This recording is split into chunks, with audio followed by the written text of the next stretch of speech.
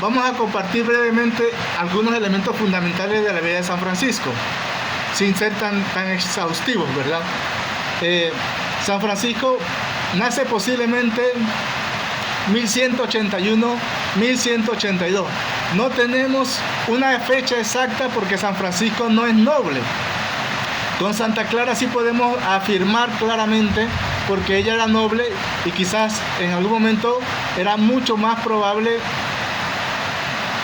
que quedara registrada en algunos documentos de la época.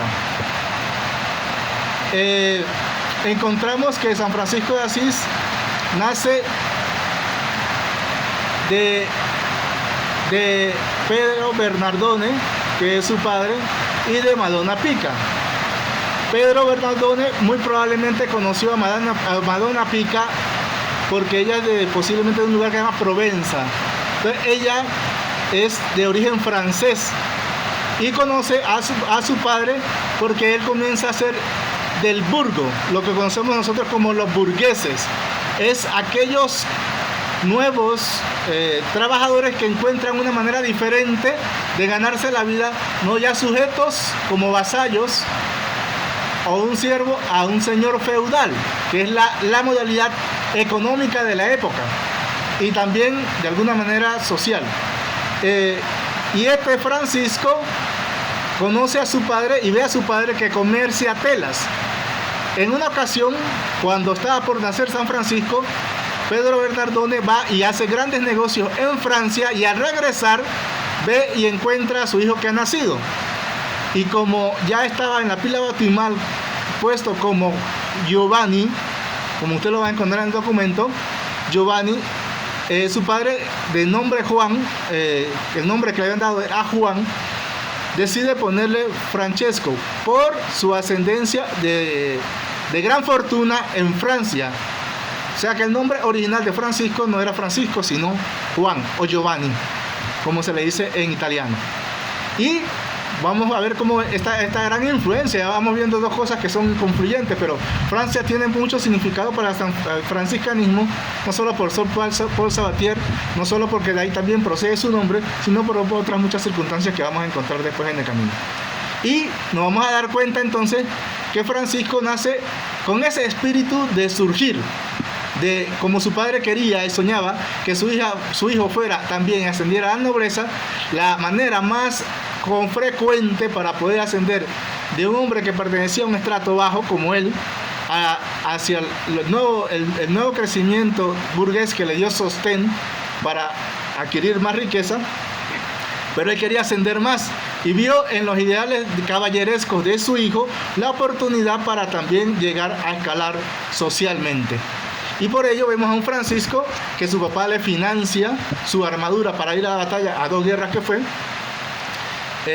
Le financia la fiesta para que sea el centro de atracción, el protagonista de su pueblo, y se le conocía como el rey de la fiesta en Asís. Entonces él procura que todos esos sueños que tiene su hijo vayan en consonancia con su espíritu de crecer y llegar a ser noble, aunque sea su descendencia, como lo fue como quería también y soñó en algún momento Francisco. Esa es la primera parte de la vida de Francisco, como la primera etapa de 3, por la cual yo también, como la mayor parte de los escritores, la detallan. Francisco iba a la guerra y en medio de eso se encuentra con la crudeza de la muerte y de la indiferencia y la falta de fraternidad, por decirlo en términos franciscanos. Y se da cuenta que eso no es lo que Dios le pide. Y en una de esas cae preso en Perugia, la última vez, y queda también después, posteriormente, cuando es rescatado 1 año después, queda enfermo y tiene una visión. Y la visión es que le dice una voz: ¿a quién vas a seguir? ¿Al amo o al Señor? Y dice, ¿al amo del Señor o al esclavo? Y dice Francisco: yo no voy a seguir al esclavo, quiero seguir al Señor. Y ahí comienza a elaborar esa búsqueda con otro sentido. Luego, después de eso, San Francisco tiene en medio de su recorrido un periodo de 3 años, de 1206 a 1209, donde Francisco se dedica a apartarse y a hacer oración.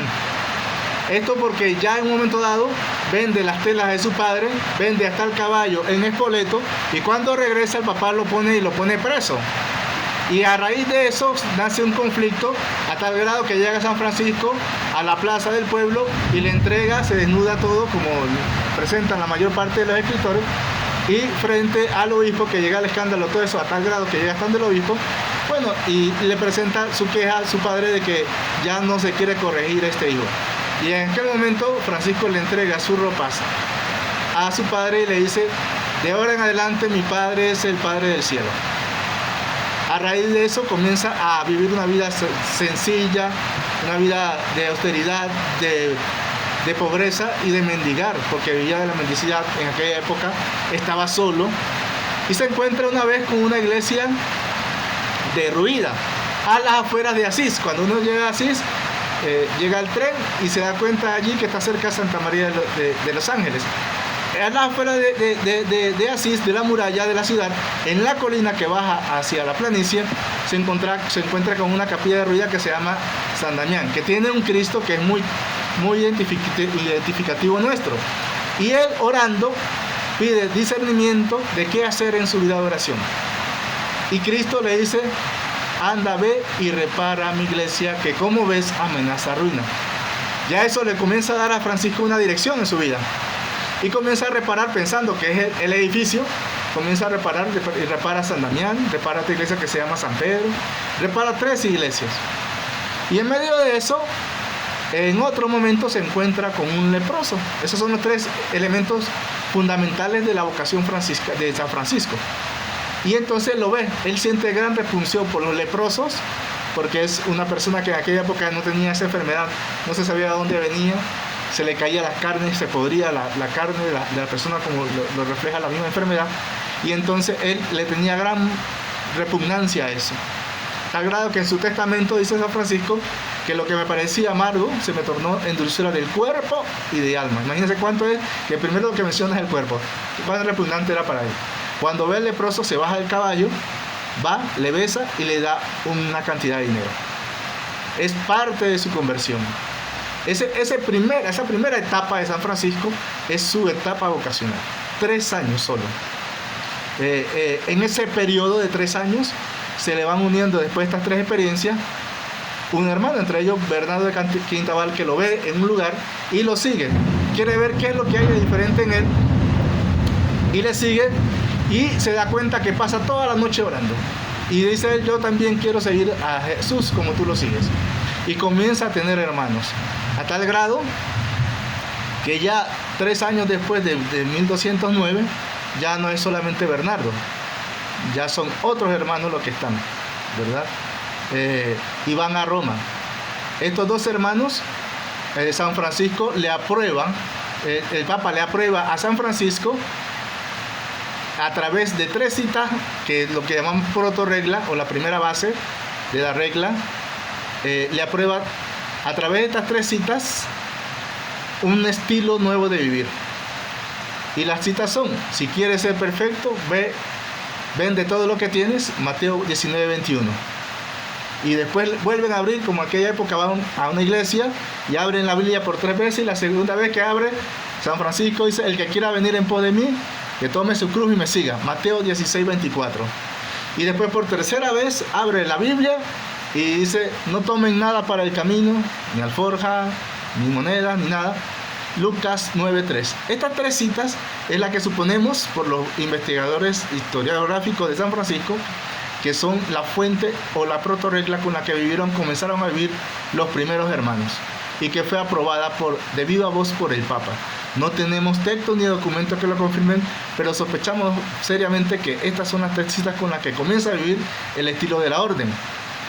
Pero claro, eso fue al inicio de la orden. Posteriormente, en una segunda etapa, que ya tiene hermanos y ya han comenzado este caminar, este peregrinar, se llega a crecer tanto la iglesia que casi 10 años después, en 1221, se aprueba para San Francisco una